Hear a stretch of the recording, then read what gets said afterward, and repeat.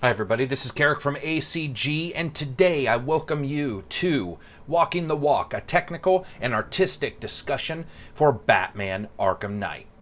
Now, as always, these technical discussions are not only about the aspects of the game engine and how the art is put together, but the overall sense of art within the game itself. There are websites out there that frame count and different YouTube videos that you can watch and see as people analyze the actual just specific technical details. That's not this kind of video. This video will cover the technical details, but it'll cover them from a very basic layman's standpoint and more along the lines discuss how they come together to offer an artistic vision, and then identifying if perhaps that artistic vision really matches what the artists planned and if they had to take shortcuts or if they were able to add things.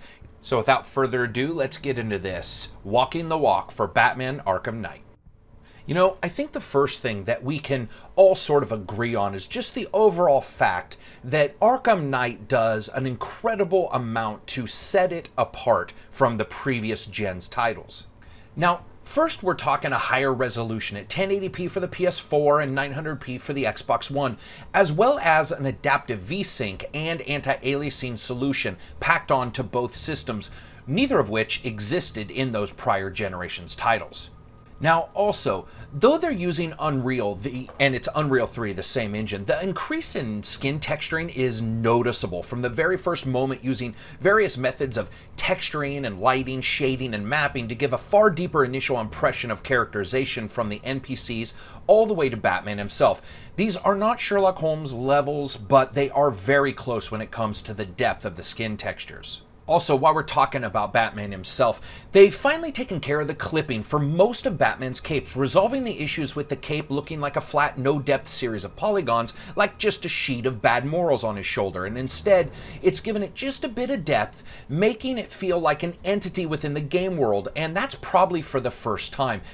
Now, I'm going to be mentioning the camera a great deal here because the continued adaptation to various depths of field programming styles have actually made me dislike the overall camera choice in this Batman game. Though it's still cinematic and leaves the player in a feeling of controlling the Batman by riding him like Master Blaster in the Mad Max movies, the depth of field is wildly aggressive, resulting in some odd moments where the entire world looks coated in Vaseline because one little section of Batman's vision is on a foreground object.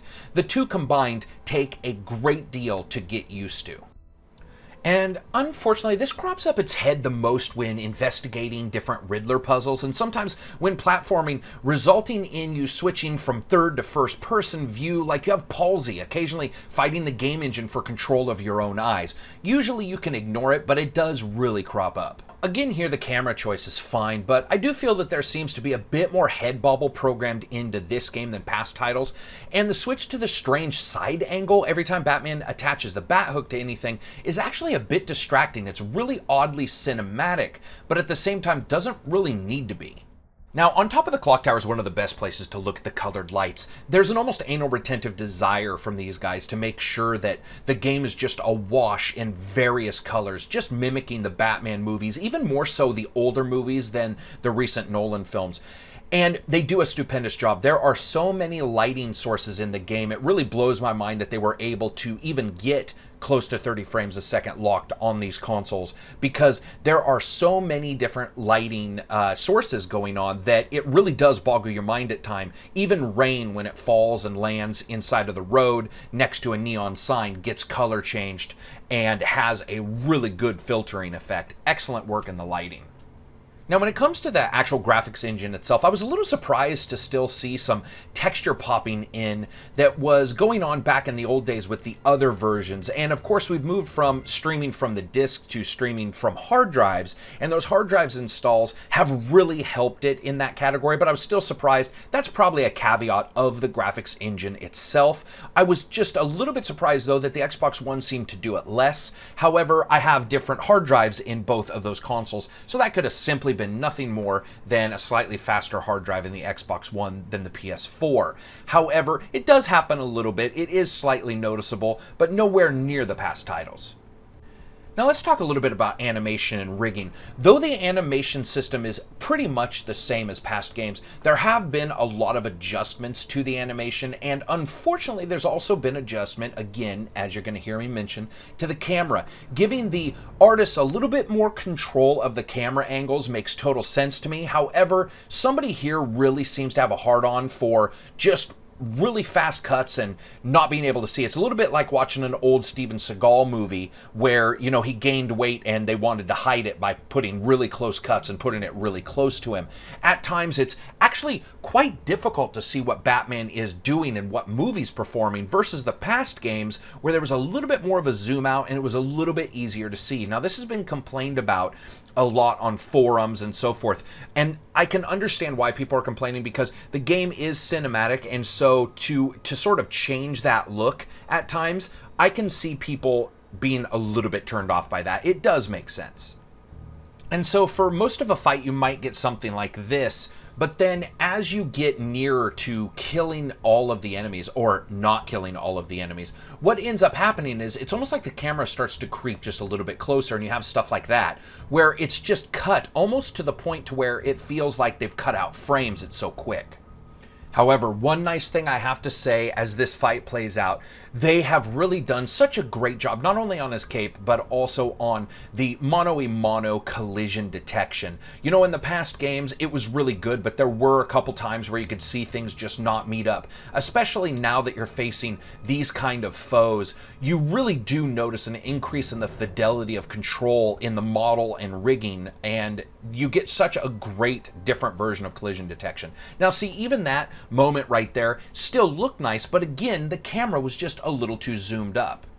Now, one of the best things to come out of this game, not only is the colored lighting and the particle effects, which you're going to see a bevy here, but the fact that it looks like on the PS4, at least one developer has finally, in some ways, rectified the goddamn filtering issue that was so prevalent in like Dying Light and other titles, where far off, anything that was super straight, vertical, horizontal, really became blurry because that was frankly broken in their SDK. It looks like either that is fixed for everybody, or they fixed it just in this title. Regardless, what really matters is it looks great, and it's one of the places where the Xbox One always looked so much better than the PS4 because it wasn't broken on the Xbox One, and now the PS4 has it fixed, at least in Batman. Super stoked for that. Now, you guys know I can't do a video where there's water and not discuss it just a little bit.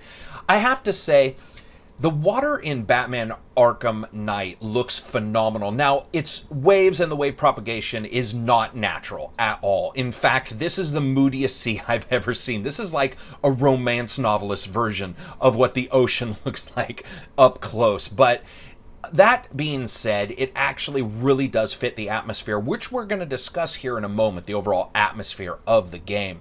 I do like it. I think it looks really awesome. It just doesn't look necessarily natural. It doesn't look as good as, say, Sea of Thieves, but it's probably one of the best oceans I've seen in a long time. Colored lighting does affect it, so if you're on wharf areas and there's neon lights, you will see those neon lights accurately reflected in the caps of the waves, which is always a plus, of course. Let's talk about decapitated teddy bears for a second. Actually, let's talk about art and how it really is represented in Batman. You know, Batman isn't just driving, it's not just fighting. One of the major parts in Batman is investigating things like the Riddler Puzzles, which does require you to sort of walk around and use a lot of close camera angles to explore different locations. And the fact remains that these are some of the best environmental artists I think I've ever seen work on a game. Rocksteady really has an idea of what debris looks like and what a destroyed, desiccated Batman-type Gotham would look like. In fact, there are parts of this game, especially when you're walking through street levels, that do remind me a little bit of the overall vision of the Division game by Ubisoft. Now, whether I think Division or Batman actually equal those sort of gussied up and photoshopped results, I'm not quite sure, but I do have to say that Rocksteady, they just have a really good eye for detail when it comes to how a world would look in this comic book section. You know, the fact is there's been comic book games that don't necessarily look that good as comic book games, and The fact is that Rocksteady not only has a very powerful graphics engine and is doing a good job with it, it's that their artistic vision is actually accurate. You know, the thing is, you can throw 2 million polygons at a character, and the fact is, you can still make it look like shit, because that depends on the artist. Additionally, you can have very few polygons and not the best textures and still make something look really good. You know, if that wasn't true, we wouldn't have games that look spectacular but don't need to push the high polygon budgets like Onikari or Wind Waker. The fact is that you can make a game look really good as long as you have a good artistic style, and Batman could look poorly if somebody didn't have a good artistic style. However, the fact remains that the overall look that Rocksteady has chosen and continues to choose throughout these 3 titles is just really spectacular. Because I think many times this becomes a discussion more on the technical lines, you know. Does it have chromatic aberration, which this game does and I fucking hate it? Does it have, you know, this certain amount of polygons? Is it pushing this kind of frame rate? And many of those questions really do require a good solid answer. The fact remains that without the artists, the life of the game is just missing. Now, let's discuss frame rate for a little bit. So we're gonna throw you in the car for a moment. You know, it's within the car that I feel that Batman really does end up hampering itself just a little bit. The fact that the game has issues with frame rate right when it really matters always bothers me. Any game that does that bothers me. And the fact that this game has not only an adaptive Vsync, but also is locked at 30 means it's never going above 30, but it's not only now going below 30, it's also tearing like a motherfucker. Now, the game still looks amazing, and you don't always get that. It really does depend on what you're doing. And the fact that there is so much physics going on within the game, everything is breakable. And you would have to assume that a lot of that is because the Batmobile just ignores the fact that there's corners and pedestrians and buildings in the way of anything. It just smashes the shit out of everything.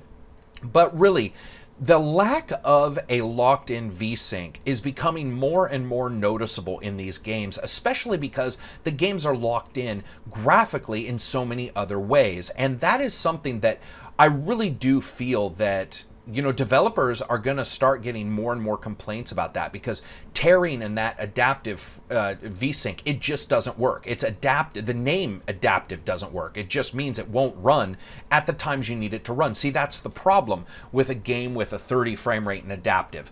It will literally break down at the worst time by the sheer fact that it's programmed that way. Now, I apologize for not upfront describing what Vsync is for anybody who's new to this kind of thing.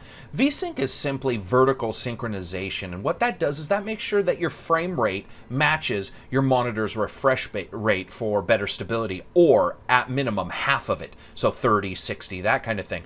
The Vsync, when it's adaptive, what that means is it can turn itself off when frame rate drops to a certain amount. What that results in is one half of the frame is drawn, and then the other half basically draws over the top of it. And that means you get a screen that gets torn in half vertically. Now, one of the cool ways that a lot of companies have got around that is making the vertical tear happen at the top of the screen in the HUD area, so it's far less noticeable than it's right in the center of the screen. But in the end, the plain and simple fact is everybody notices that happening, regardless if you have it adaptive, if you have it only occur at one side of the screen. It just doesn't matter. It's the fact that we're noticing those kind of things, and graphics designers really are going to have to at some point tackle that. Now, one thing I have to say is we're looking here with the battle tank going through everything. The debris system, the system for 3D smoke and all that stuff, we've seen a lot of pictures of the NVIDIA, you know, special effects that you could have on. But I have to say the PS4 and Xbox One absolutely nail it when it comes to special effects. Here you can see the colored lightning coming off of Cadiz, who's powering that, he's powering a generator with the powered winch he has in the Batmobile. And you see that throwing off sparks that not only color the darkness, they color the other lights, and it's all done accurately. There isn't any real mistakes. Additionally, for sort of cinematic flair, once again, they've added what looks like a fake camera lensing going on. At times you will see what it just doesn't exist in real life. It's almost like lens flare kind of thing. And it's become sort of popular in games. It just sort of adds an overall feeling of cinematics.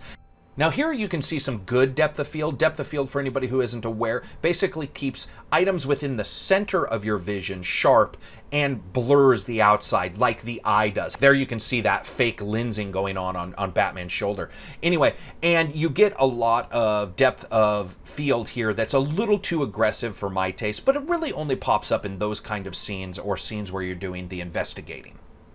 Now here we see some excellent bump mapping and parallax mapping. Now bump mapping sort of sounds like what it is. It basically adds depth. Parallax mapping is sort of the same way. It's basically called an offset map.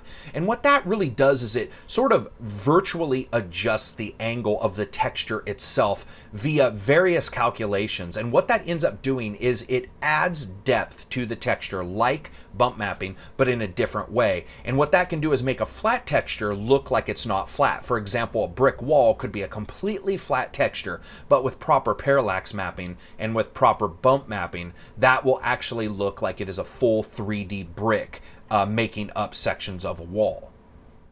And of course, as always, these guys have really good reflection mapping. You can see it on the cape, the water glistening off. They do such an excellent job displacing light and making sure that it looks alive. So it's not just displacing light as a solid object, it's actually displacing light using the various calculations from water hitting it to make it look like it's basically glittering, as if water is hitting it and he's moving. That is not that easy to actually do correctly and adequately, and here they've actually nailed it, especially when it is black. So a black item like his cape can actually end up looking fairly fake when you add water to it. You can see it in some games, and here they did just a spectacular job. And that brick there looks completely flat, even though they faked and baked shadows underneath each brick. Obviously that brick doesn't look real whatsoever. And that's when I was talking about, low resolution textures in my review and errors with textures. You see that in these games. There's nothing wrong with it. You're not supposed to stare at the damn brick. This is, of course, just a technical discussion, so we mention it. It still works good for ambience. It's just if you get close to it and look at it for a moment, you'll pick up that something's just wrong with that local area. I think lastly we'll discuss colored lighting a little bit. Now here you see multiple lighting source and basically what happens is within a small area, Batman ends up transferring between one local area to another and dropping down into what could only be sort of like almost like a Chinese man's theater location, and then directly into another location that's colored in a more bluish and purple. And what that does is that's just really good overall artistic ability. There's an identification there that you need to make sure that the player, their brain is engaged and they're really active in watching things. And these guys did a great job, because the fact is, depending on the movie and just depending on the overall look, Batman could actually be a little too blue or a little too dark for many folks. And here, and in their past games as well, these guys have just done a spectacular job making sure that the lighting pops and that it's interesting. And that's not only the level designer's job as well as the artist's job, it is also most importantly the lead's job. And I just think that everybody overall did such a spectacular job. And here I'm going to leave it on, of course, Scarecrow, our main baddie. His overall look is absolutely phenomenal. I absolutely love John Noble as Scarecrow. So anyway, that's it for me when it comes to this Walking the Walk. There was a lot to show. We sort of jumped around a little bit. I apologize for that. We'll definitely make sure that it's a little bit more condensed next time and I go through different categories. But this game has a lot of different things going on at different times, and so I found it a little bit more difficult to do. But anyway, I really enjoyed it. So if you liked the video, hit like. If you disliked it, hit dislike, and peace out.